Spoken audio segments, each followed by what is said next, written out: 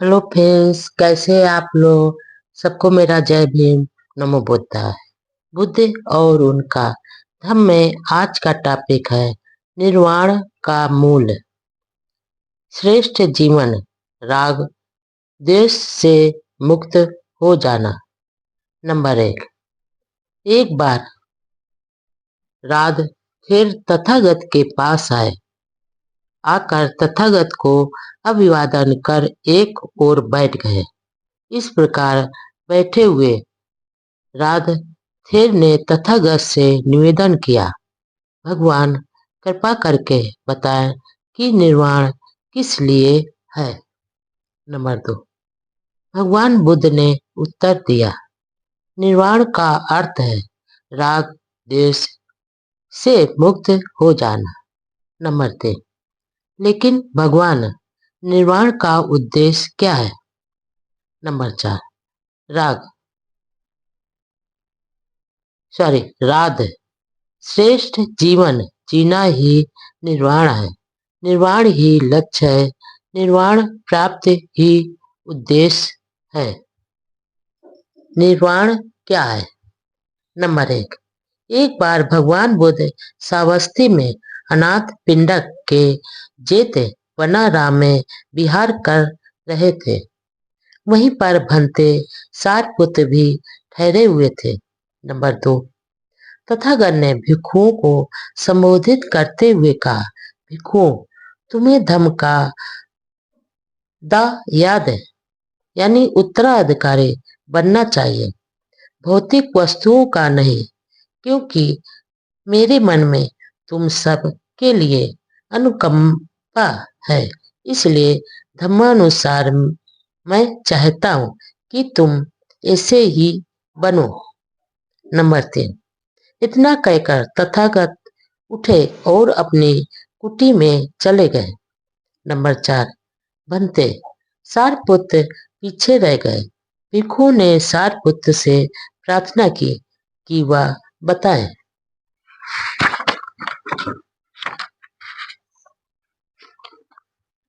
कि निर्वाण क्या है।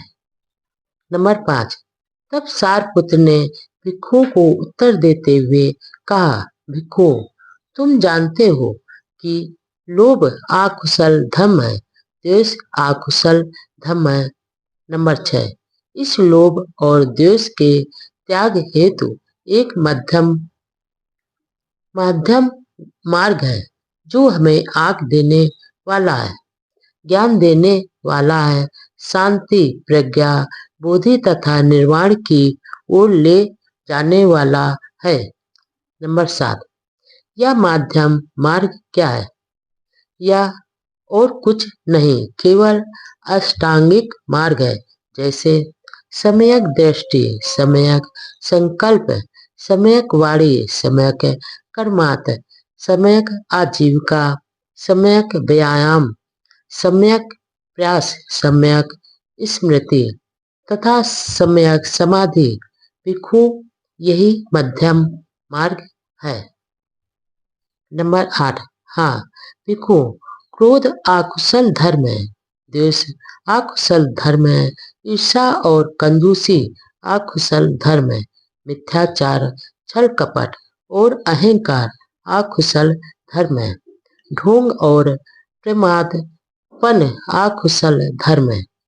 नंबर 9, प्रमाद और आडंबर के त्याग के लिए मध्यम मार्ग है जो आग देने वाला है, ज्ञान देने वाला है तथा शांति, प्रज्ञा और बोधि की ओर ले जाने वाला है। नंबर 10, आर अष्टांगिक मार्ग का ही दूसरा नाम निर्वाण है। नंबर 11, इस प्रकार महाथेर सारपुत्र ने कहा तो सभी भिक्षुओं ने आनंदित होकर उनका अनुमोदन किया। चाहे दूसरे कुछ भी करें, तुम शील का पालन करो। नंबर 1, सभी आकुशल विचारों का त्याग करो। नंबर 2, आकुशल विचारों के मिटा देने का यह मार्ग है। नंबर 3, तुम्हें यह संकल्प करना होगा कि चाहे दूसरे लोग हानि करने वाले हों, किंतु तुम किसी को हानि नहीं पहुंचाओगे। नंबर 4, चाहे दूसरे हिंसा करें, किंतु तुम कभी हिंसा नहीं करोगे। नंबर 5, चाहे दूसरे चोरी करें, किंतु तुम कभी चोरी नहीं करोगे। नंबर 6, चाहे दूसरे पवित्र जीवन व्यतीत न कर रहे हों, किंतु तुम पवित्र जीवन व्यतीत करोगे। नंबर 7, चाहे दूसरे किसी की निंदा करें, विरुद्ध बोले, व्रत बोले, किंतु तुम ऐसा कुछ नहीं करो बोलोगे। नंबर 8, चाहे दूसरे झूठ बोले, निंदा करें, दोषारोपण करें अथवा बकवास करें, लोभ लालच करें, किंतु तुम किसी प्रकार का लोभ लालच नहीं करोगे। नंबर 9, चाहे दूसरे अहितकर हो तुम, किंतु तुम अहितकर नहीं होगे। नंबर 10, चाहे दूसरे असम्यक दृष्टि रखते हो, उनके असम्यक संकल्प हो, असम्यक अपवाड़ी हो, असम्यक कर्मात हो, असम्यक आजीविका हो, असम्यक व्यायाम यानी प्रयास हो, स्वयं स्मृति हो और असम्यक समाधि हो, किंतु तुम आवश्यक रूप में श्रेष्ठ अष्टांगिक मार्ग का पालन करते हुए सम्यक दृष्टि, सम्यक संकल्प, सम्यक वाणी, सम्यक कर्मात, सम्यक आजीविका, सम्यक व्यायाम, सम्यक स्मृति और सम्यक समाधि को अंगीकार करोगे। नंबर 12, चाहे दूसरे आर्य सत्यों और मुक्ति के बारे में गलत धारणा रखते हो, किंतु तुम सत्यों और मुक्ति के बारे में सम्यक यानी सही धारणा रखोगे। नंबर 13, चाहे दूसरे आलस और जड़ता से युक्त हो, किंतु तुम आलस और जड़ता से मुक्त रहोगे। नंबर 14, चाहे दूसरे अभिमानी हो, किंतु तुम भी नम्र रहोगे। नंबर 15, चाहे दूसरे भी चिकित्सा युक्त संदेह युक्त हो, किंतु तुम भी चिकित्सा मुक्त रहोगे। नंबर 16, चाहे दूसरे क्रोधी हो, दुष्ट हो, देशी हो, ईर्ष्यालु हो, कंजूस हो, लोभी हो, ढोंगी हो, ठग हो, वंचक हो, उदंड हो, दुशासी हो, किसी नीति के मानने वाले न हो, अशिक्षित हो, जड़ हो, भ्रमित हो तथा अज्ञा हो, तुम इस सब के विपरीत सही रहोगे। सन्मार्ग पर चलने के लिए किसी साथी की प्रतीक्षा आवश्यक नहीं। यदि अच्छा साथी नहीं मिले तो सन्मार्ग पर अकेले चलो। नंबर 1, जिस प्रकार हाथी युद्ध में धनुष से छोड़े गए बाणों को सहन करता है, उसी प्रकार मुझे दुष्टों के दुर्वचनों को सहन करना चाहिए, क्योंकि संसार में दुशीलों की कमी नहीं है। नंबर 2, हाथी को प्रशिक्षित करके उसे युद्ध में ले जाया जाता है। प्रशिक्षित यानी पालतू हाथी की पीठ पर राजा बैठता है, इसलिए प्राणियों में वही प्रशिक्षित यानी शांत व्यक्ति है, जिसे कोई कटु वचन विचलित नहीं करता। नंबर 3, प्रशिक्षित खच्चर अच्छे होते हैं।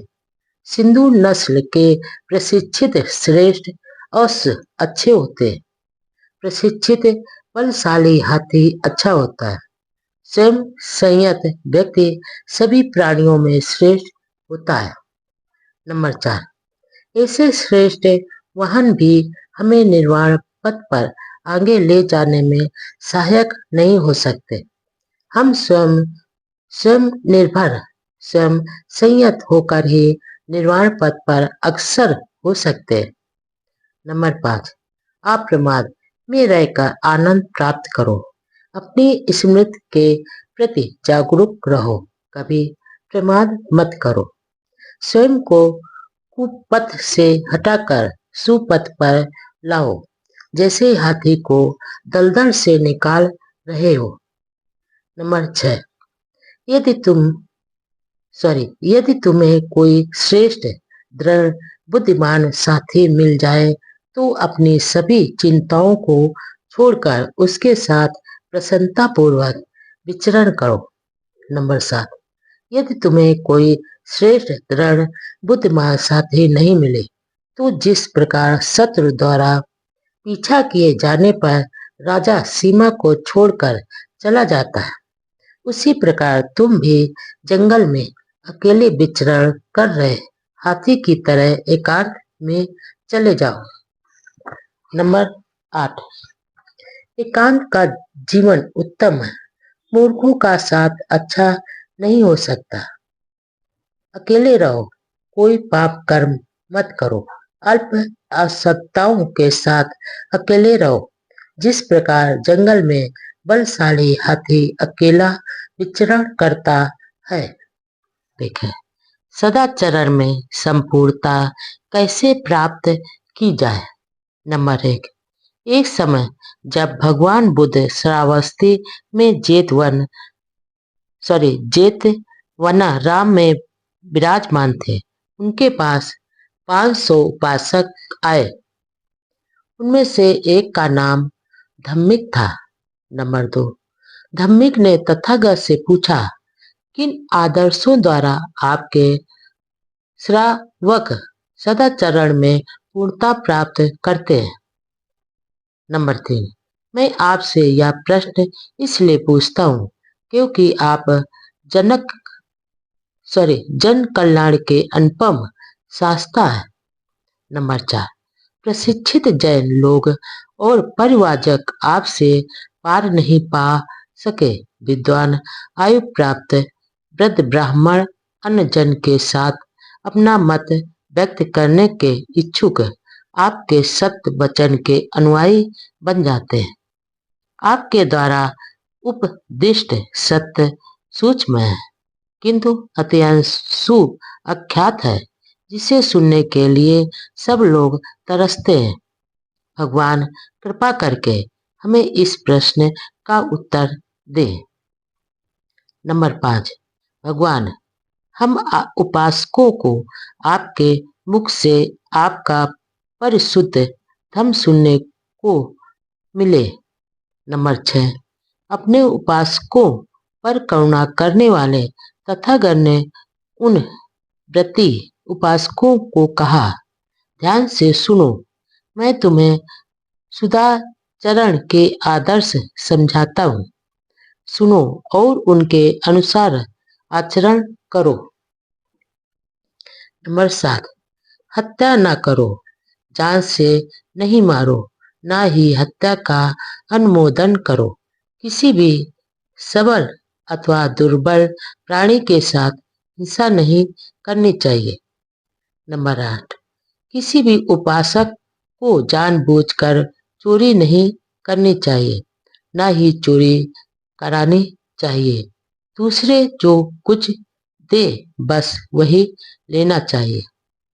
नंबर 9, व्यभिचार को आग के गड्ढे के समान समझकर उससे दूर रहे अथवा स्वयं संयमी न हो, पाने पर किसी विवाहित स्त्री का चरित्र न बिगाड़े।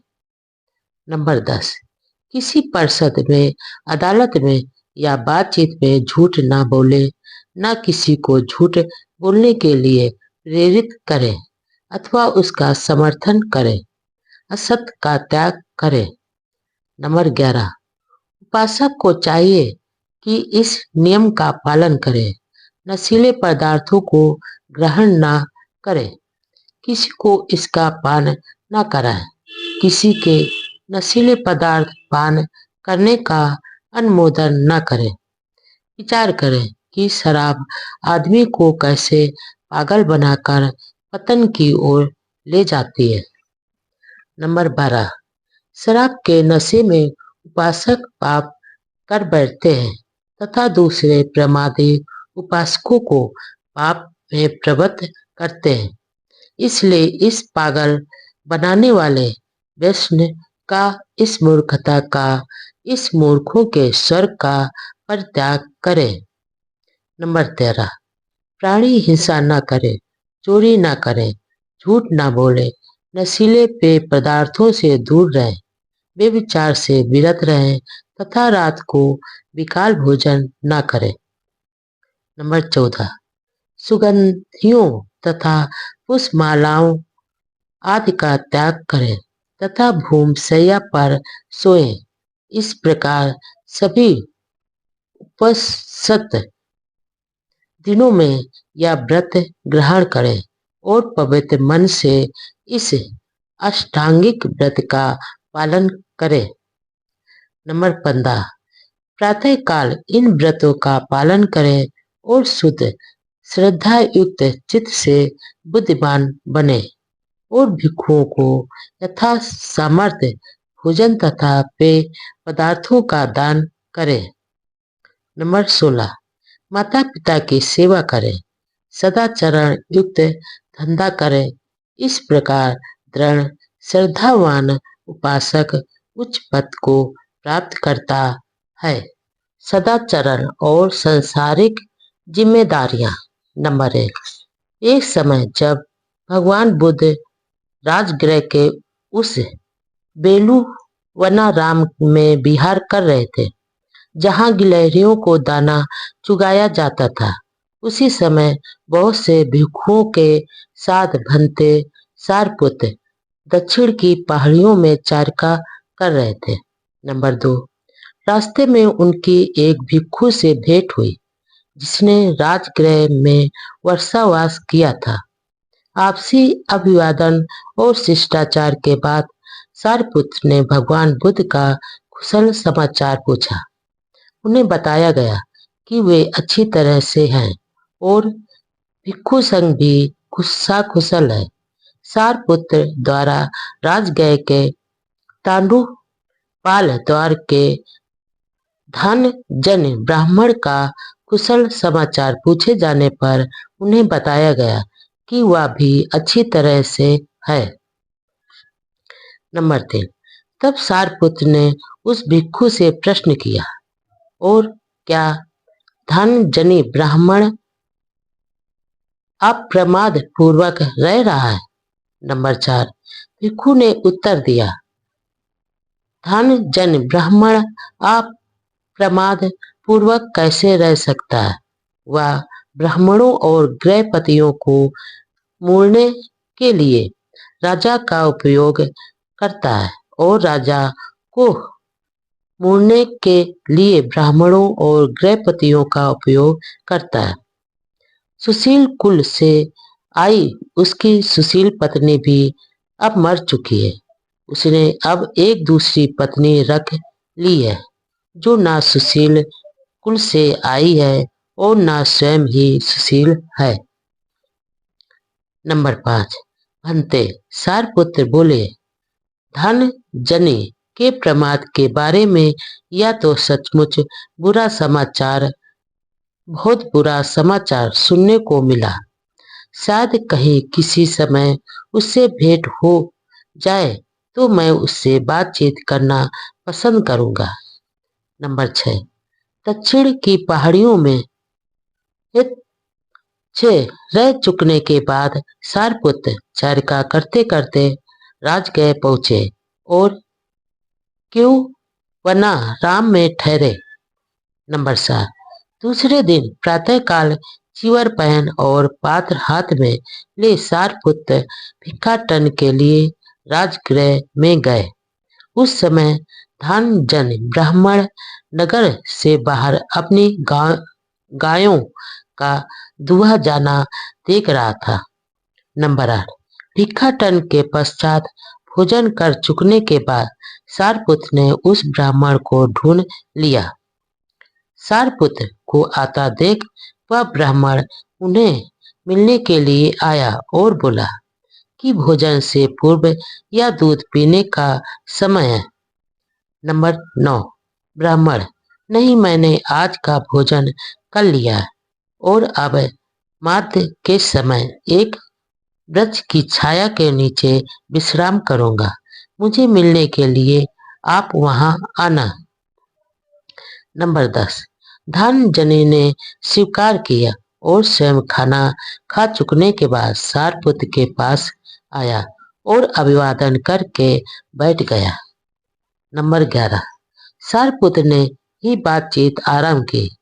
धनजनी, क्या मैं विश्वास करूं कि तुम में अप्रमाद, जिज्ञासा और सदाचरण है? नंबर 12। ऐसा कैसे हो सकता है जब अपने खाने पीने की चिंता करने के अतिरिक्त मुझे अपने माता पिता, पत्नी और परिवार, दास और सेवकों का भरण पोषण करना पड़ता है। अपने परिचितों, मित्रों, रिश्तेदारों और अतिथियों का आतिथ्य करना पड़ता है। अपने मृत पितरों का श्राद्ध भी करना पड़ता है। देवताओं को भी बलि देनी पड़ती है और राजा को भी कर चुकाना पड़ता है। नंबर 13। धनजनी, तुम क्या सोचते हो? मान लो कि एक आदमी ने अपने माता पिता के कारण न्याय और औचित्य का त्याग कर दिया है और दंडित किए जाने पर वह कहे कि माता पिता के कारण ही उसने न्याय और औचित्य का मार्ग छोड़ दिया, इसलिए उसे दंडित न किया जाए। नंबर 14। नहीं, इन सभी अनुरोधों के बावजूद जेलर उसे जेल में डाल देगा। नंबर 5। क्या इससे उसे कोई लाभ होगा?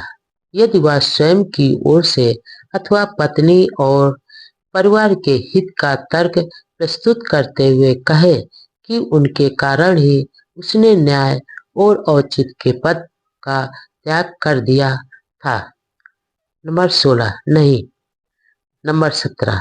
क्या इससे उसे कोई लाभ होगा यदि उसके दास या दूसरे नौकर चाकर उसकी वकालत करें? नंबर 18। बिल्कुल नहीं। नंबर 19। अथवा उसके मित्र एवं परिचित उसकी वकालत करें? नंबर 20। बिल्कुल नहीं। नंबर 21। अथवा उसके रिश्तेदार एवं अतिथि उसकी वकालत करें? नंबर 22। बिल्कुल नहीं। नंबर 23। अथवा उसके मृत पितृगण ही उसकी वकालत करें कि उसने देवताओं को बलि देने के लिए या राजा को कर देने के लिए न्याय और औचित्य के मार्ग का त्याग कर दिया था? नंबर 24। बिल्कुल नहीं। नंबर 25। अथवा इससे कोई लाभ होगा यदि वह स्वयं या उसकी ओर से दूसरे वकालत करें कि उसने अपने खाने पीने और आराम के लिए न्याय और औचित्य का मार्ग छोड़ दिया? नंबर 26। नहीं। नंबर 27। धनजनी, तुम क्या सोचते हो? दोनों में से कौन आदमी उत्तम है? क्या वह जो अपने माता पिता की खातिर न्याय और औचित्य का पद त्याग देता है, अथवा वह जो उनकी चिंता न कर न्याय और औचित्य के पद को नहीं त्यागता? नंबर 28। धनजनी ने उत्तर दिया, बाद वाला, क्योंकि न्याय और औचित्य के पद पर चलना ही न्याय और औचित्य के पद का त्याग करने से अच्छा है। नंबर 29। और फिर धनजनी, दूसरे आचरण हैं जो स्वयं में अच्छे हैं, जिनके द्वारा व्यक्ति बिना कुमार्ग पर चले अपने माता पिता का पालन पोषण कर सकता है। तो क्या स्त्री, परिवार और सभी दूसरों के संबंध में यही बात लागू नहीं होती? नंबर 30। सारपुत्र, यही लागू होती है। नंबर 31। तब पूजनीय सारपुत्र के कथन से प्रसन्न हो धनजनी ब्राह्मण ने उन्हें धन्यवाद दिया और उठकर अपने मार्ग पर चल दिया। जीवन में सदाचरण की आवश्यकता क्यों? नंबर 1। तब तथागत ने पाटली ग्राम के उपासकों को संबोधित किया। नंबर 2, हे गृहपतियों, दुष्ट तथा दुराचारी आदमी को ये दुष्परिणाम भुगतने पड़ते हैं। नंबर 3, दुष्ट तथा दुराचारी आदमी को प्रमाद के कारण संपत्ति की बहुत बड़ी हानि उठानी पड़ती है। नंबर 4, फिर उसका अपयश होता है जो उसे दुनिया की नजरों में गिराकर बदनाम कर देता है। नंबर 5, वह किसी भी संगत में जाए, चाहे वह कुलीन परिषद हो, चाहे ब्राह्मण परिषद हो, चाहे गृहपति परिषद हो अथवा चाहे श्रमण परिषद हो, वह उसमें बहुत संकोच से जाता है और लज्जित हो जाता है। वह निर्भय नहीं होता। यह तीसरी हानि है। नंबर 6, फिर मरते समय उसे मानसिक शांति नहीं होती। वह मरण काल में दुखी रहता है। यह चौथी हानि है।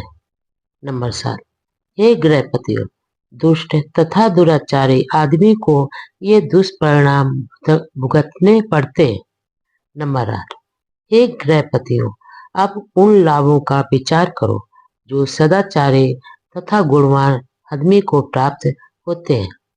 नंबर 9, जो सदाचारी आदमी गुणवान होकर रहता है, उसके पास बहुत संपत्ति हो जाती है और यह उसके अपने प्रयास के कारण होती है।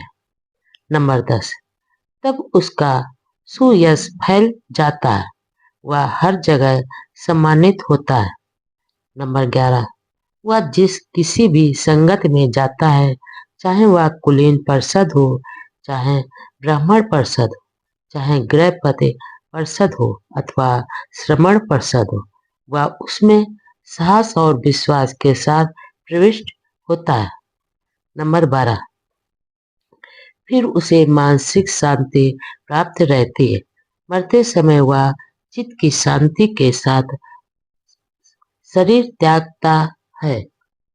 नंबर 13, मूर्ख आदमी पाप करते समय यह नहीं जानता कि वह पाप कर रहा है। उसके अपने पाप कर्म उसे अग्नि के समान जला देते हैं। नंबर 14, जो कोई किसी अहानिकार और निर्दोष व्यक्ति को दुख देता है, वह या तो भीषण विनाश को प्राप्त होता है, या उसका चित्त विक्षिप्त हो जाता है, या उसके नातेदारों की हानि होती है, या उसका सभी धन हानि को प्राप्त होता है।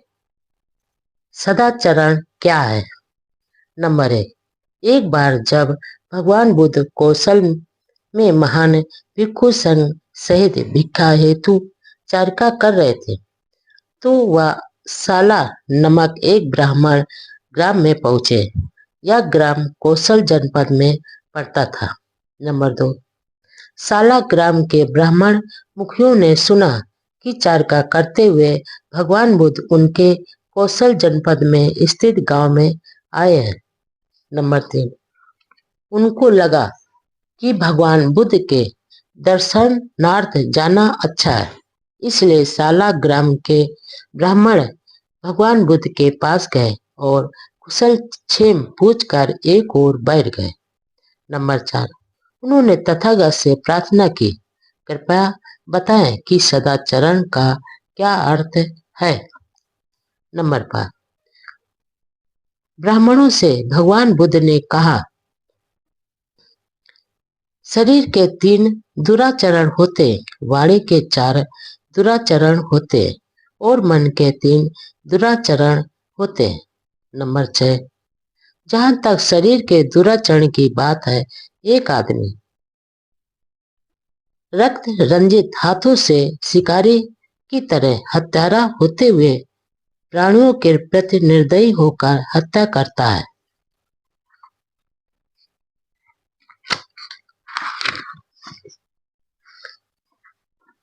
अथवा वह गांव या जंगल में पराई वस्तु को चोरी की नियत से बिना दिए हुए अपना बना लेता है, अथवा वह माता पिता, भाई बहन अथवा अन्य संबंधियों की अधीनता में रहने वाले अविवाहित लड़कियों से और ऐसी लड़कियों से भी व्यभिचार करता है जिनकी मंगनी यानी सगाई हो गई है, जिनके गले में मंगनी की माला पड़ चुकी है। नंबर 7, जहां तक वाणी के दुराचरण की बात है, वह झूठ बोलता है जब उसे सभा के सामने या ग्राम पंचायत के सामने या परिवार परिषद के सामने या राजकीय परिषद के सामने या अपनी श्रेणी के सामने साक्षी देने के लिए कहा जाए तो वह न जानते हुए कहता है कि मैं जानता हूँ, जानता हुआ कहता है कि मैं नहीं जानता हूँ, न देखे हुए कहता है कि मैंने देखा है और देखे हुए भी कहता है कि मैंने नहीं देखा। वह अपने हित में किसी दूसरे के हित में अथवा किसी लोग के कारण जानबूझकर झूठ बोलता है, अथवा वह एक चुगलखोर हो सकता है, यहाँ सुनी और वहां जाकर कह दे ताकि यहाँ के लोगों और वहां के लोगों का झगड़ा हो जाए, अथवा वह सुनी और यहाँ कह दे ताकि यहाँ के लोगों और वहां के लोगों का झगड़ा हो जाए। वह शांति को भंग करने वाला और क्रोध पैदा करने वाला होता है। झगड़ा बढ़ाने की नियत से ही वह बोलता है। झगड़ा कराने में ही उसे आनंद आता है, मजा आता है, प्रसन्नता होती, अथवा वह जुबान का कड़वा हो सकता है। जो कुछ वह बोलता है वह अप्रिय और कठोर होता है, दूसरों के दिलों को घायल करने वाला, दूसरों को दुख पहुंचाने वाला, क्रोध को पैदा करने वाला और व्याकुलता पैदा करने वाला होता है, अथवा वह बहुत बोलने वाला हो सकता है, व्यर्थ की बात करते रहने वाला, हानिकारक बात करने वाला, कभी नीति की बात न करने वाला, सदा ही तुच्छ, असामयिक, उद्देश्यनीय तथा निष्योजन और अलाभकारी बात करने वाला होता है। नंबर 8, जहां तक मन के दुराचरण की बात है, एक आदमी लोभी हो सकता है। वह यह लोभ करता है कि दूसरे लोगों की समस्त संपत्ति उसी की हो जाए, अथवा वह देशी और हृदय से दुष्ट हो सकता है। वह यह इच्छा कर सकता है कि उसके आसपास के सभी प्राणी मारे जाएं, नष्ट हो जाएं, विध्वस्त प्राप्त हो जाएं और अस्त विहीन हो जाएं, अथवा वह मिथ्या दृष्टि हो सकता है, मिथ्या धाराओं वाला हो सकता है। वह यह मानता है कि दान, त्याग, यज्ञ अथवा दक्षिणा जैसी कोई चीज नहीं, शुभ अशुभ कर्मों के फल जैसी कोई चीज नहीं, लोक परलोक जैसी कोई चीज नहीं, माता पिता या दूसरे संबंधी जैसी कोई चीज नहीं, और संसार में ऐसे श्रमण ब्राह्मण नहीं है जिन्होंने सम्यक मार्ग ग्रहण कर या सम्यक मार्ग पर चलकर इस लोक तथा परलोक का अर्थात ज्ञान प्राप्त किया हो और दूसरों को भी कराया हो। नंबर 9, इनके विपरीत शरीर के 3 सदाचरण और गुण हैं, वाणी के 4 सदाचरण हैं और मन के 3 सदाचरण हैं। नंबर 10, जहां तक शारीरिक सदाचरण की बात है, एक आदमी जीव हिंसा से विरत रहता है, हर तरह की प्राणी हिंसा से विरत रहता है। वह दंड त्यागी, खड्ग त्यागी, निष्पाप होता है, दयालु होता है। उसके मन में हर प्राणी के लिए करुणा और अनुकंपा रहती है। वह चोरी का त्याग करता है। वह दूसरों की किसी ऐसी चीज को नहीं लेता जो उसे दी ना गई हो। वह ईमानदारी का जीवन व्यतीत करता है। वह काम भोग संबंधी मिथ्याचार से दूर रहता है। वह ऐसी लड़कियों से सहवास नहीं करता जो माता पिता भाई बहन अथवा अन्य संबंधियों की अधीनता में रहने वाले अविवाहित हों और ऐसी लड़कियों से भी जिनकी सगाई हो गई हो एवं जिनके गले में सगाई की माला पड़ चुकी हो।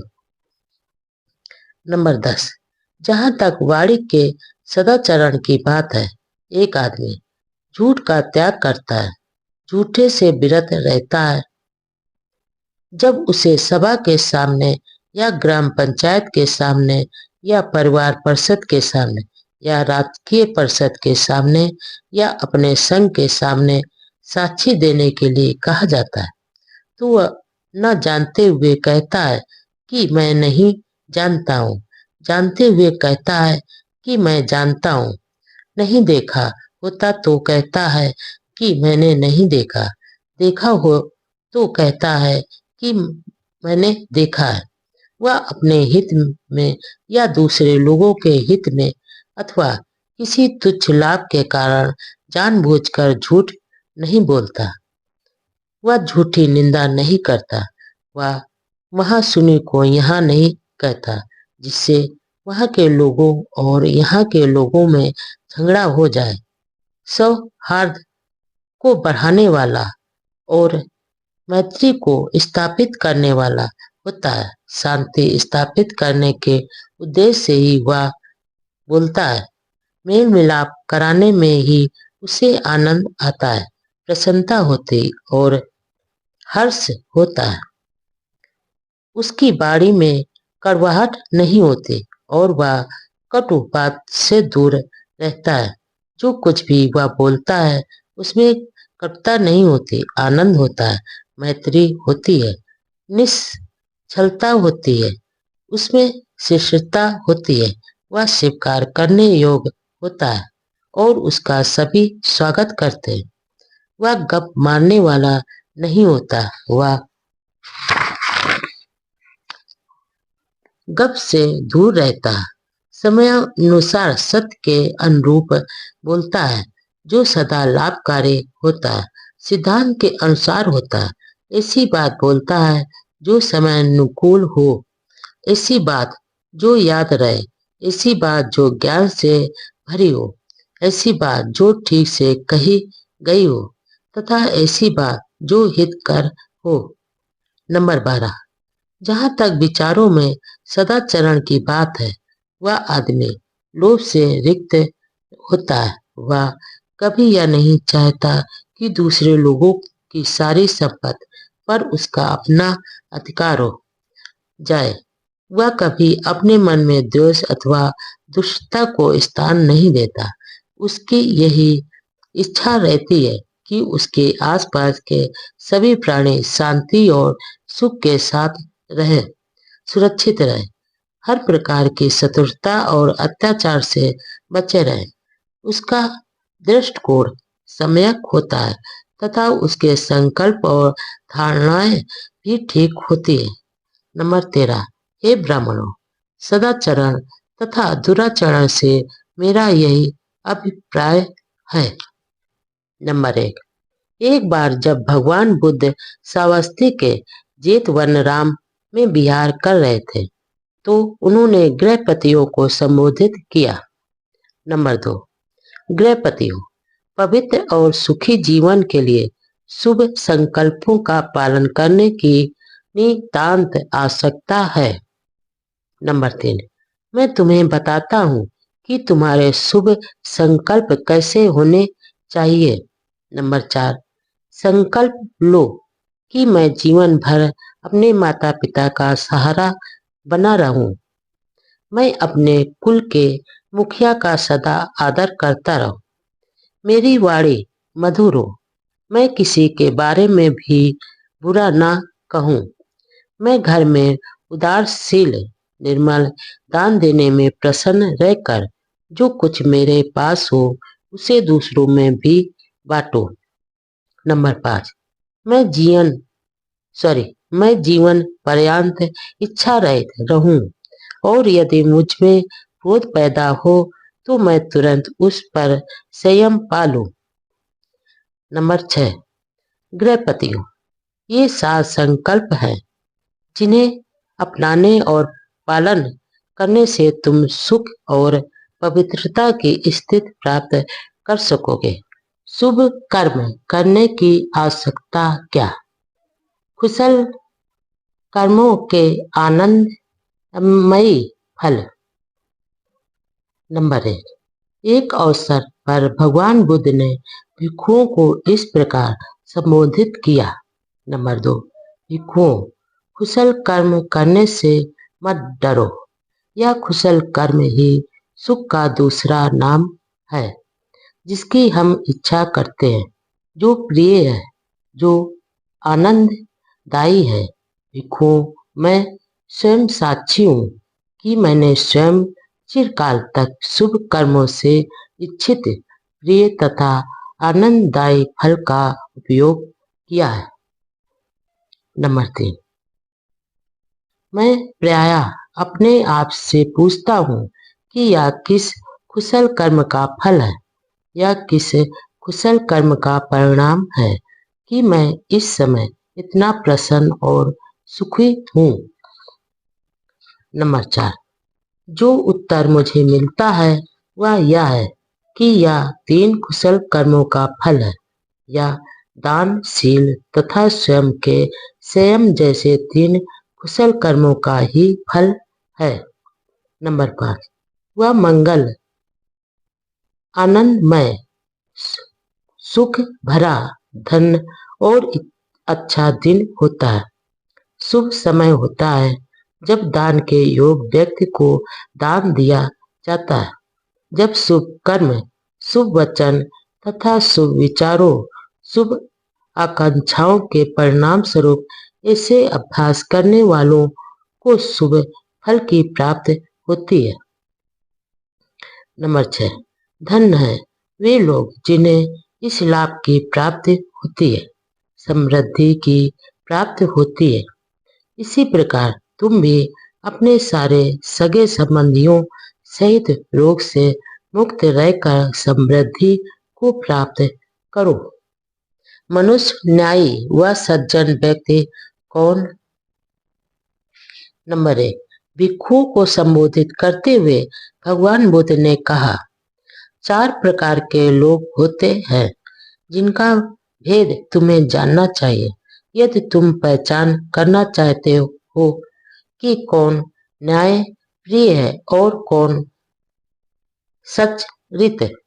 नंबर 2, भिक्षुओं, कुछ लोग ऐसे होते हैं जो केवल अपनी भलाई करने के लिए प्रयास करते हैं, दूसरों के लिए नहीं। नंबर 3, भिक्षुओं, एक आदमी अपने काम छंद को दूर करने की कोशिश करता है, किंतु दूसरों के काम छंद को दूर करने की प्रेरणा नहीं देता। अपनी दुर्भावना को दूर करने का प्रयास करता है, किंतु दूसरों की दुर्भावना को दूर करने की प्रेरणा नहीं देता। अपनी अविद्या को दूर करने का प्रयास करता है, किंतु दूसरों की अविद्या को दूर करने की प्रेरणा नहीं देता। नंबर 4, भिक्षुओं, एक आदमी वास्तव में अपनी भलाई के लिए ही प्रयत्नशील रहता है, किंतु दूसरों की भलाई के लिए नहीं। नंबर 5, भिक्षुओं, एक वर्ग ऐसे लोगों का होता है जो दूसरों की भलाई करने में ही लगे रहते हैं, अपनी भलाई में नहीं।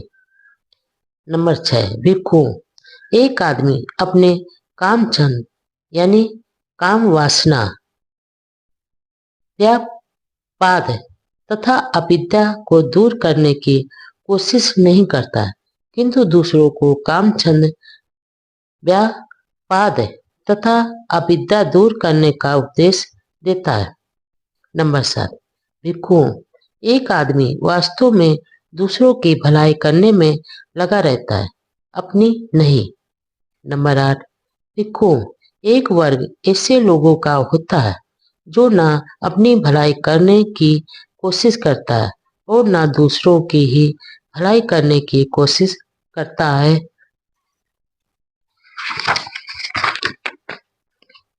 नंबर 8, भिक्षुओं, एक आदमी ना अपने काम छंद व्यापाद तथा अविद्या को दूर करने की कोशिश करता है, न दूसरों को काम छंद व्यापाद तथा अविद्या को दूर करने का आग्रह करता है। नंबर 10, भिक्षु। यह आदमी न अपनी भलाई करने की कोशिश करता और न ही दूसरों की। नंबर 11, भिक्षु। कुछ लोग ऐसे होते हैं जो अपनी भलाई करने की कोशिश तो करते हैं किंतु दूसरों की भलाई करने की कोशिश भी करते रहते हैं। नंबर 12, भिक्षु। एक आदमी अपने काम छंद व्यापाद तथा अविद्या को दूर करने की ही कोशिश करता है तथा दूसरों से भी काम छंद व्यापाद तथा अविद्या दूर करने का आग्रह करता है। नंबर 13, भिक्षु। ऐसा आदमी अपनी भलाई करने की भी कोशिश करता है तथा दूसरों की भलाई करने की भी कोशिश करता है। नंबर 14, यह अंतिम आदमी ही न्यायी और सज्जन माना जाना चाहिए। प्रबुद्ध आदमी बुद्ध, एक प्रबुद्ध पुरुष। नंबर 1, एक बार भगवान बुद्ध उक्कठ और सेतब नामक दो नगरों के बीच के महापथ पर जा रहे थे। उसी समय द्रोण नामक ब्राह्मण भी उक्कठ और सेतब दो नगरों के बीच के महापथ पर आ पहुंचा। नंबर 2, उसी समय तथागत ने सड़क छोड़ दी और एक वृक्ष के नीचे जाकर पद्मासन लगाकर बैठ गए। तब द्रोण ब्राह्मण भी उनके चरण चिन्हों को देखता हुआ वहां जा पहुंचा जहां तथागत उस वृक्ष के नीचे वेदी पे मान शांत मुद्रा में संयतेंद्रिय शांत चित्त पूर्ण संयत और शक्ति संपन्न बैठे थे। यह देख द्रोण ब्राह्मण तथागत के पास पहुंचा। नंबर 3, पास पहुंचकर उसने प्रश्न किया, क्या आप पूज्य देवता नहीं हैं? ब्राह्मण, वास्तव में मैं देवता नहीं हूँ। क्या तथागत आप गंधर्व नहीं हैं? ब्राह्मण, वास्तव में मैं गंधर्व नहीं हूँ। तब तथागत आप यक्ष नहीं हैं? ब्राह्मण, वास्तव में मैं यक्ष नहीं हूँ। आप तथागत मनुष्य नहीं हैं? ब्राह्मण, वास्तव में मैं समान आदमी नहीं हूँ। नंबर 4, तथागत के ये उत्तर सुनकर द्रोण ब्राह्मण बोला, जब आपसे पूछा जाता है कि क्या आप देवता हैं तो आप उत्तर देते हैं नहीं। जब आपसे प्रश्न किया जाता है कि क्या आप गंधर्व हैं तो आप कहते हैं नहीं। जब आपसे प्रश्न किया जाता है कि क्या आप यक्ष हैं तो आप कहते हैं नहीं। जब आपसे प्रश्न किया जाता है कि क्या आप मनुष्य हैं, आप कहते हैं नहीं। तब तथागत आप कौन हो सकते हैं? नंबर 5, ब्राह्मण, मैं अर्थात मैं एक देव, एक गंधर्व, एक यक्ष, एक मानव ही होता यदि मैंने अपने आश्रयों मलों का क्षय नहीं किया होता। मैंने इन आश्रयों को जड़ मूड़ से काट दिया है। ये उस कटे ताड़ वृक्ष के समान हो गए जिसका आधार ही नष्ट हो गया हो, जिसकी जड़ पुनः नहीं निकल सकती और जो फिर से अस्तित्व में नहीं आ सकता। नंबर 6, जिस प्रकार कमल अथवा पानी की कुमुदनी पानी यानी कीचड़ में उत्पन्न होते हैं, पानी में बढ़ते हैं, पानी से बाहर निकल आते हैं और फिर पानी से अलग निष्कलंक होकर रहते हैं, इसी प्रकार हे ब्राह्मण, मैं संसार में उत्पन्न हुआ हूँ। संसार में बड़ा हुआ हूँ, किंतु अब संसार को जीतकर संसार से अलग निष्कलंक होकर रहता हूँ। नंबर 7, इसलिए हे ब्राह्मण, अब तुम मुझको बुद्ध प्रबुद्ध पुरुष जानो। संसार में सबसे श्रेष्ठ व्यक्ति कौन? नंबर 1, चारका करते समय अपनी चर्या के अनुसार भगवान बुद्ध ने साथ साथ चल रहे भिक्षुओं को यह उपदेश दिया। नंबर 2, भिक्षुओं को संबोधित करते हुए भगवान बुद्ध ने कहा, भिक्षुओं, इस संसार में 4 तरह के लोग पाए जाते हैं। नंबर 3, नंबर 1, जिसने ना कभी अपनी भलाई और ना किसी दूसरे की भलाई के लिए प्रयास किया है। नंबर 2, जिसने दूसरों का भला तो किया है किंतु अपना भला नहीं किया। नंबर 3, जिसने अपना भला किया है किंतु दूसरों का भला नहीं किया। तथा नंबर 4, जिसने अपनी तथा दूसरों की भलाई के लिए प्रयास किया है। नंबर 4, जिसने ना कभी अपनी भलाई और ना ही दूसरों की भलाई के लिए प्रयास किया है, वह शमशान की उस लकड़ी की तरह है जो दोनों सिरों से जल रही है और जिसके बीच में गोबर लगा है। उसने ना ही गांव में और ना ही जंगल में कोई अग्नि जलाए। ऐसा आदमी संसार के लिए व्रत होता है, अपने लिए भी व्रत ही होता है। नंबर 5, जो अपनी हानि करके दूसरों के उपकार के लिए प्रयास करता है, वह दोनों में अधिक अच्छा और प्रतिष्ठित होता है। नंबर 6, लेकिन भिक्षुओं, चारों तरह के आदमियों में सबसे श्रेष्ठतम, उत्तम और अग्रणी वही होता है जिसने दूसरों की भलाई के लिए प्रयास करने के साथ साथ अपनी भलाई के लिए भी प्रयास किया है। दुष्ट आदमी यानी व्यक्ति की पहचान कैसे करें? नंबर 1, चारिका करते समय साथ चल रहे भिक्षुओं को अपनी सम्मान चर्चा के अनुसार भगवान बुद्ध ने इस प्रकार उपदेश दिया। नंबर 2, भिक्षुओं को संबोधित करते हुए भगवान बुद्ध ने कहा, क्या तुम जानते हो कि दुष्ट आदमी की पहचान क्या है? भंते, नहीं, भिक्षुओं ने उत्तर दिया। नंबर 3, मैं तुम्हें एक दुष्ट आदमी के लक्षण बतलाता हूँ। नंबर 4, कोई कोई आदमी ऐसा होता है जो पूछे जाने पर तो कहना ही क्या, बिना पूछे ही दूसरों के अवगुणों को बताता फिरता है, लेकिन पूछे जाने पर, प्रश्न किए जाने पर वह बिना ढके बिना दबाए दूसरों के अवगुणों को बहुत विस्तार से बताता है।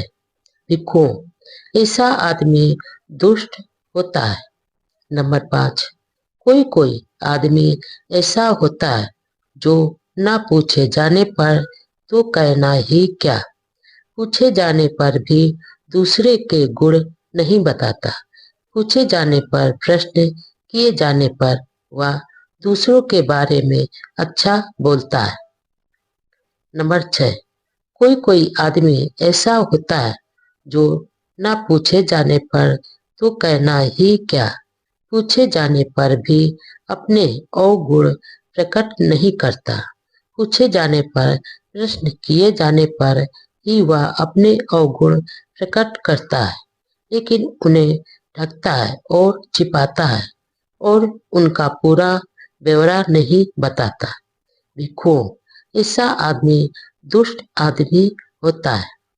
नंबर 7, भिक्षुओं, कोई कोई आदमी ऐसा होता है जो पूछे जाने की तो बात ही क्या, बिना पूछे जाने पर भी अपने गुणों को प्रकट करता है, पूछे जाने पर वह बिना ढके, बिना छिपाए और विस्तार में अपने सद्गुणों का वर्णन करता है। देखो, ऐसा आदमी दुष्ट आदमी होता है। आदमी का पतन कैसे होता है? नंबर 1, एक बार भगवान बुद्ध श्रावस्ती के निकट अनाथ पिंडक के जेतवन राम में विहार कर रहे थे। नंबर 2, अर्धरात्रि बीतने पर एक देवता अपने प्रकाश से जेतवन को आलोकित कर तथागत के पास आया और पास आकर श्रद्धा पूर्वक अभिवादन करके एक ओर खड़ा हो गया।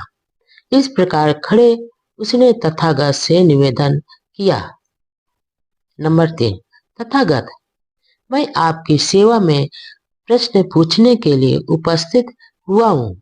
कृपया बताएं कि आदमी का पतन कैसे होता है। भगवान बुद्ध ने आदमी के पतन के कारणों का वर्णन करना स्वीकार किया।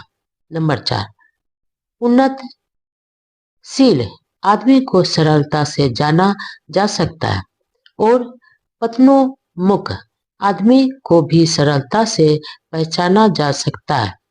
धर्म से प्रेम करने वाले की उन्नति होती है, धर्म से द्वेष करने वाले का पतन होता है। नंबर 5, असत पुरुष उसे अच्छे लगते हैं, सत्पुरुष में उसे कुछ भी अच्छा नहीं लगता। वह असत पुरुषों के धर्म को पसंद करता है। यह उसके पतन का दूसरा कारण है।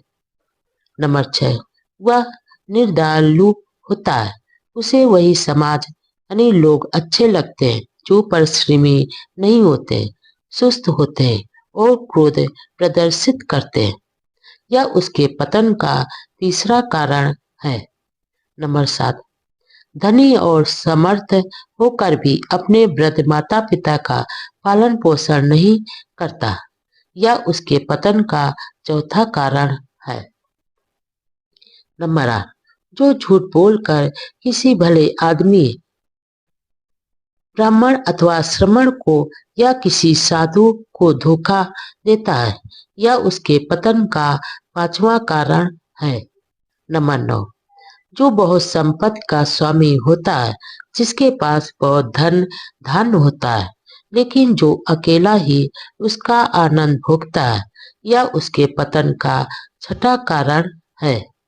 नंबर 10, जो आदमी अपनी जात यानी जन्म, धन या गोत्र पर अभिमान करता है और अपने संबंधियों का तिरस्कार करता है, यह उसके पतन का सातवां कारण है। नंबर 11, जो आदमी विलासी है, शराबी है, जुआरी है और उसके पास जो कुछ है उसका अपव्यय करता है और लुटाता है, यह उसके पतन का आठवां कारण है।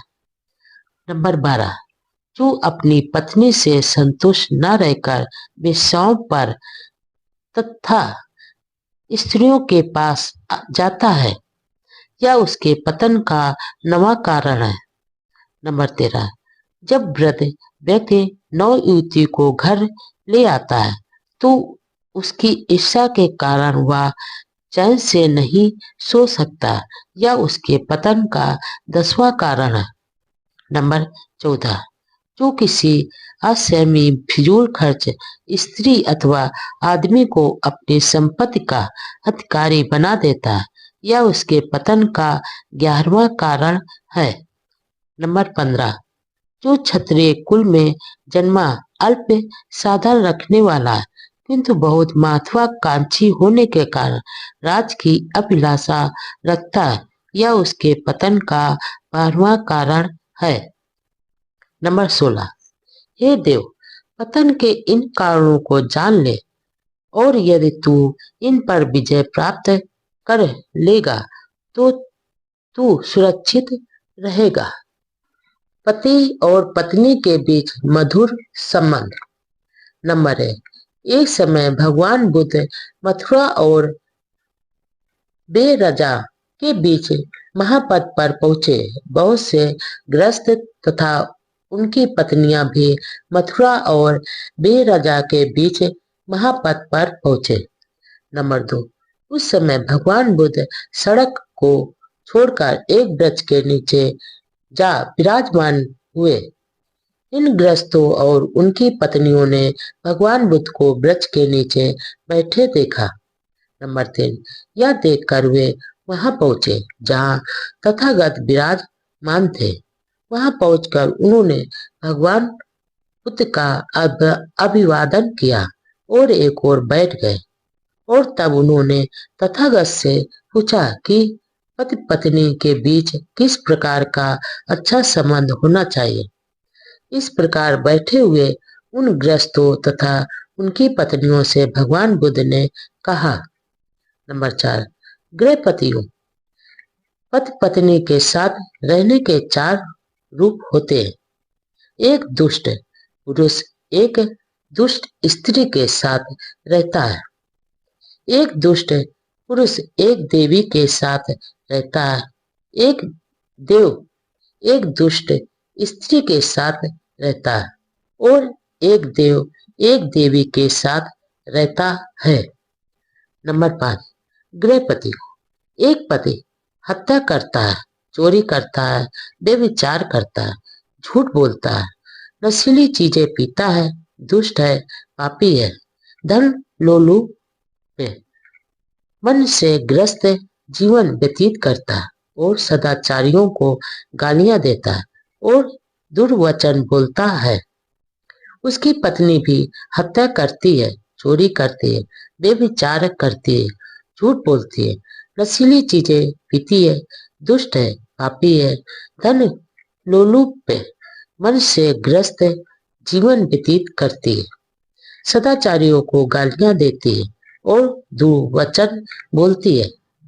हे गृहपतियों, इस प्रकार वास्तव में एक दुष्ट पुरुष एक दुष्ट स्त्री के साथ रहता है।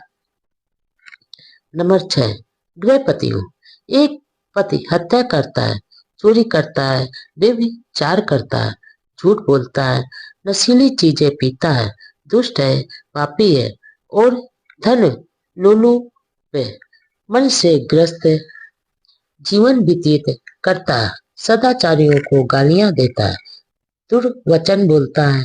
लेकिन उसकी पत्नी ना हत्या करती है, ना चोरी करती है, ना व्यभिचार करती है, ना झूठ बोलती है, ना नशीली चीजें पीती है, ना दुष्ट है, ना पापी है, ना धन लोलुप है, मन से ग्रस्त जीवन व्यतीत करती है, ना सदाचारियों को गालियां देती है और ना ही दुर्वचन बोलती है। इस प्रकार गृहपतियों वास्तव में एक दुष्ट आदमी एक देवी के साथ रहता है। नंबर 7, गृहपतियों, एक पति हत्या नहीं करता, चोरी नहीं करता, व्यभिचार नहीं करता, झूठ नहीं बोलता, नशीली चीजें नहीं पीता, पापी नहीं है, दुष्ट नहीं है, धन लोलुप है, मन से ग्रस्त जीवन व्यतीत नहीं करता, सदाचारियों को गालियां नहीं देता और दुर्वचन नहीं बोलता। लेकिन उसकी पत्नी हत्या करती है, चोरी करती है, व्यभिचार करती है, झूठ बोलती है, नशीली चीजें पीती है, दुष्ट है, पापी है, धन लोलुप मन से ग्रस्त जीवन व्यतीत करती है, सदाचारियों को गालियां देती है और दुर्वचन बोलती है। इस प्रकार गृहपतियों वास्तव में एक देवता पुरुष एक दुष्ट स्त्री के साथ रहता है। नंबर 8, गृहपतियों, एक पति और पत्नी ना हत्या करते हैं, ना चोरी करते हैं, ना व्यभिचार करते हैं, ना झूठ बोलते हैं, ना नशीली चीजें पीते हैं, ना दुष्ट है, ना पापी है, ना धन लोलुप है, मन से ग्रस्त जीवन व्यतीत करते हैं, ना सदाचारियों को गालियां देते हैं, ना दुर्वचन बोलते हैं।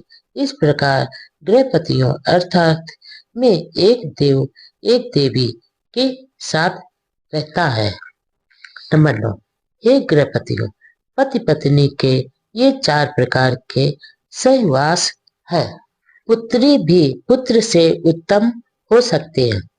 नंबर 1, एक बार जब भगवान बुद्ध श्रावस्ती में ठहरे हुए थे, कौशल राज बसे नदी उनके दर्शन को आए। नंबर 2, जिस समय कौशल राज बसे नदी भगवान बुद्ध से बातचीत कर रहे थे, राजमहल से एक दूत आया और उसने राजा के पास पहुंचकर उनके कान में सूचना दी कि मल्लिका ने एक पुत्री को जन्म दिया है। नंबर 3, राजा बहुत उदास और खिन्न मन हो गया। भगवान बुद्ध ने राजा से उसकी उदासी का कारण पूछा। नंबर 4, राजा ने उत्तर दिया कि उसे अभी भी एक दुखदायी समाचार मिला है कि रानी ने एक पुत्री को जन्म दिया है।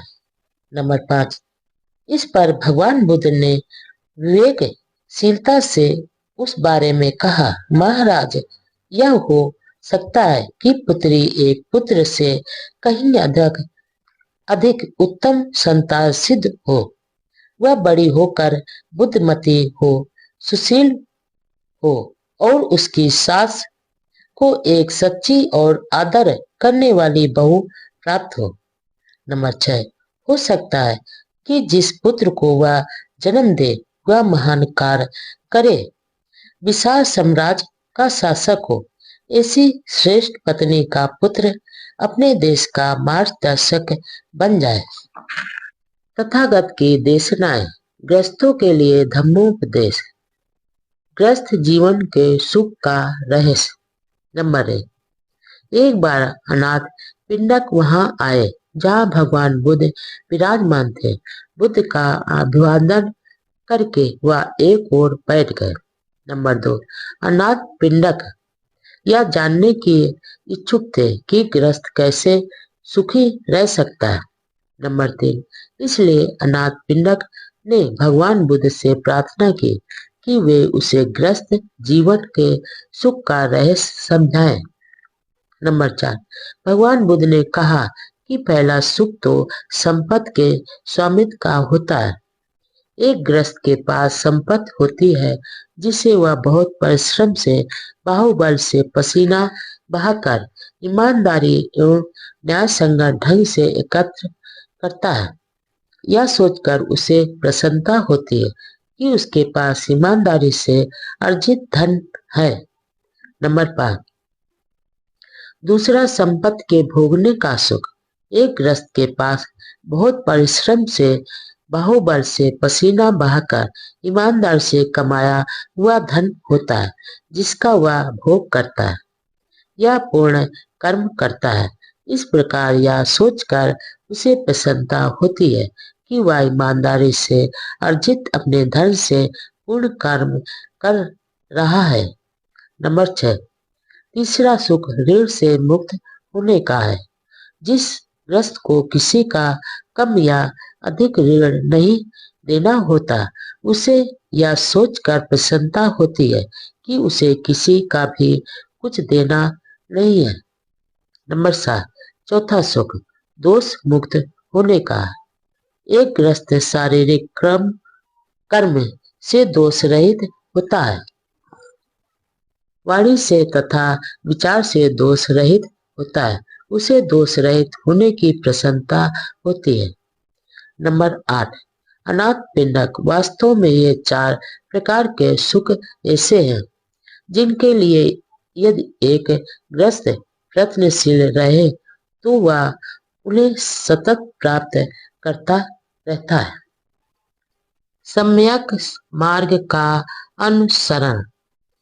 नंबर 1, सन्मार्ग को चुनो, उस पथ से विचलित ना हो।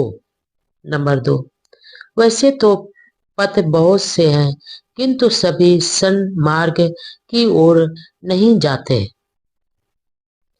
नंबर 3, सन्मार्ग थोड़े से ही लोगों को सुखी बनाने के लिए नहीं है बल्कि सभी को सुखी बनाने के लिए है। नंबर 4, यह यदि में कल्याणकारी होना चाहिए, मध्य में कल्याणकारी होना चाहिए और अंत में कल्याणकारी होना चाहिए। नंबर 5, सन्मार्ग पर चलने का अर्थ है बौद्ध जीवन मार्ग पर चलना। नंबर 6, मार्गों में आर्य अष्टांगिक मार्ग ही सर्वश्रेष्ठ है। सत्यों में 4 8 सत्य सर्वश्रेष्ठ है। शीलों का राग रहित होना सर्वश्रेष्ठ है और सर्वश्रेष्ठ पुरुष वह है जो देखने को चश्मान है। नंबर 7, यही एक मार्ग है, प्रज्ञा की विशुद्धि का दूसरा मार्ग नहीं है, इसलिए इसी पथ का अनुसरण करो। नंबर 8, यदि तुम इस मार्ग पर चलोगे तो दुख का अंत कर सकोगे। मैंने जब दुख रूपी कांटे को शरीर से निकालने की सम्यक जानकारी प्राप्त कर ली, तभी मैंने इस मार्ग का उपदेश दिया। नंबर 9, तुम्हें स्वयं प्रयास करना होगा। तथागत तो केवल पथ प्रदर्शक है। नंबर 10, सभी संस्कार यानी निर्मित पदार्थ अनित्य अनासवान है। जब प्रज्ञा से कोई इसे जानता और देखता है तो वह दुख का अंत करता है। नंबर 11, सभी धम्म अनात्म में है। जब कोई प्रज्ञा से इसे जानता और देखता है तो उसे दुख से मुक्ति प्राप्त होती है। नंबर 12, जो उत्साहपूर्वक कार्य करने के समय उत्साहपूर्वक कार्य नहीं करता, जो तरुण और सशक्त होने पर भी अत्यंत आलसी रहता है, जिसकी संकल्प शक्ति और विचार शिथिल है, ऐसा प्रमाद युक्त आदमी कभी प्रज्ञावान नहीं हो सकता।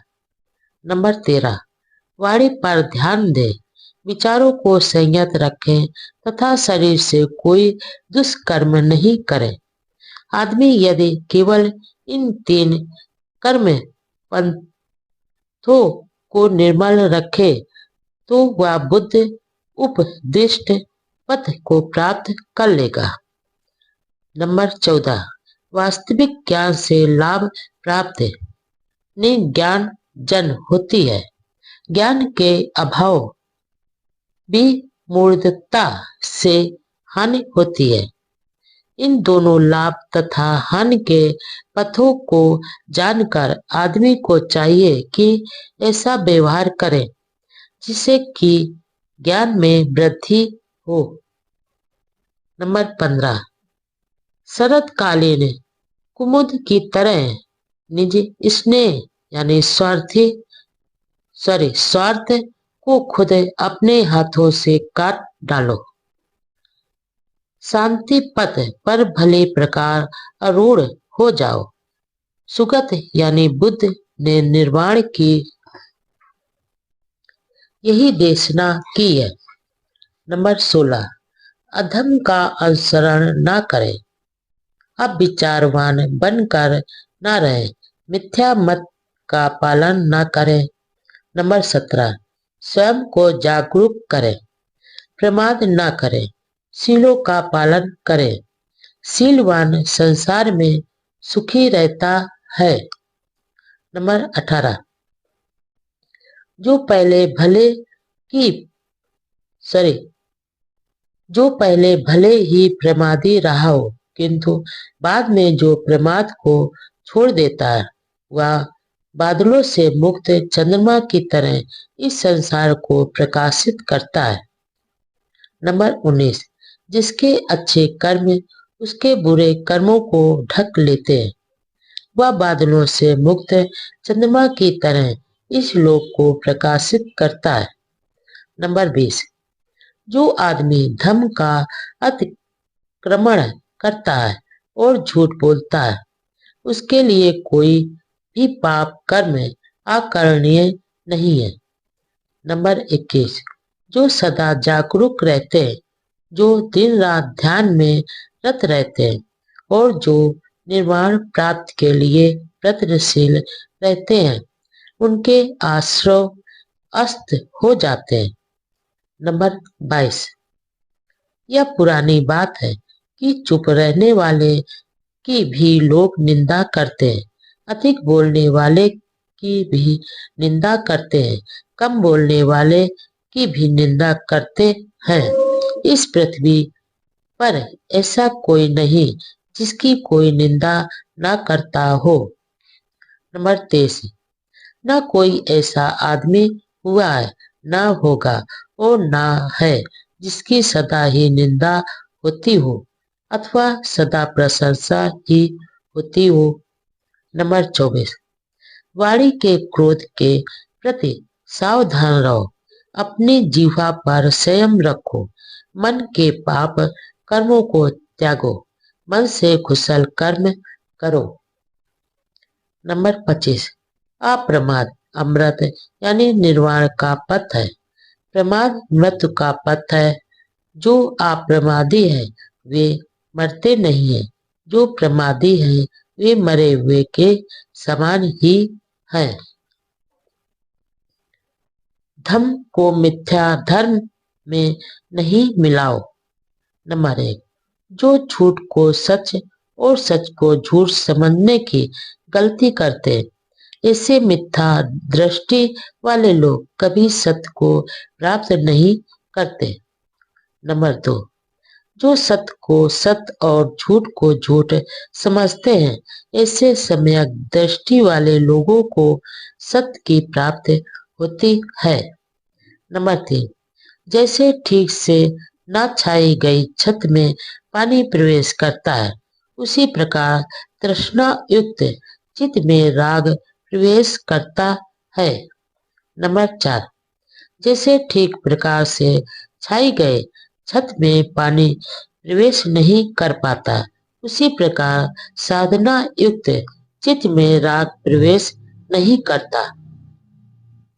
नंबर 5।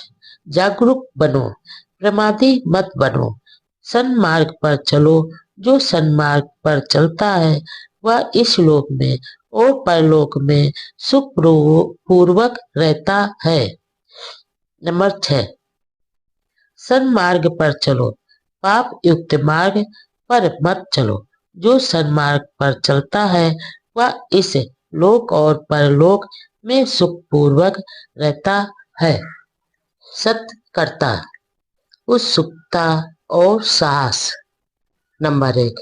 जागरूक रहकर बुद्धिमान आदमी अविद्या को हटाकर प्रज्ञा रूपी प्रसाद पर चढ़कर शोकग्रस्त मानव जाति को ऐसे देखता है जैसे कोई पर्वत शिखर से बुद्धिमान आदमी नीचे घाटी में मूर्खों को देखता है।